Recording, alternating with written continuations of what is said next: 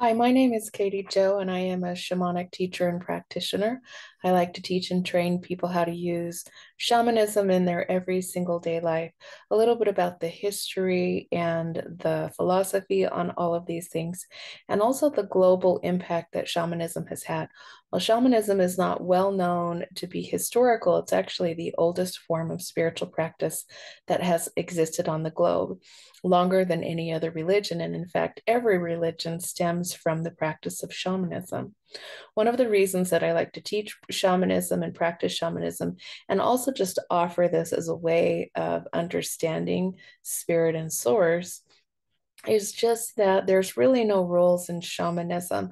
There's guidelines and there's the laws of nature. When we think about truth, there's been wars and devastation, crusades, and genocides and massacres that have been fought in the name of this is true and this is not true.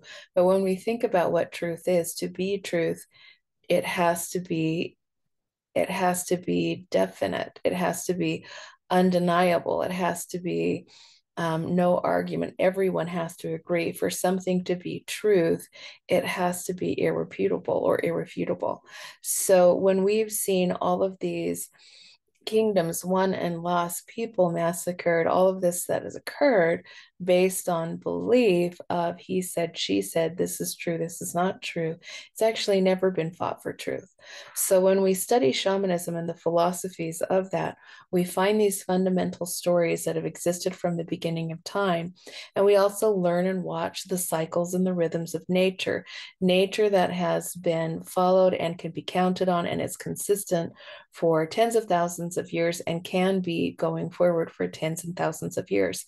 In fact, as we go through historical sites, as we study over ancient ruins where there's no records at all, we can actually see by the way that the ruins are angled where the star systems were at that time. That's how consistent and true, if you will, the cosmos are. So in studying and practicing shamanism, it just comes to a baseline, a springboard, and a foundation of any other practice that you feel makes sense for your life. So if you're religious or if you're non-religious, shamanism can really be a foundational understanding for everything that comes from there.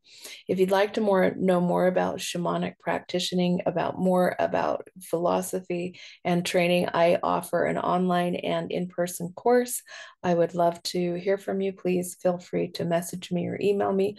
Find me at katiejodrum.com, and thank you so much.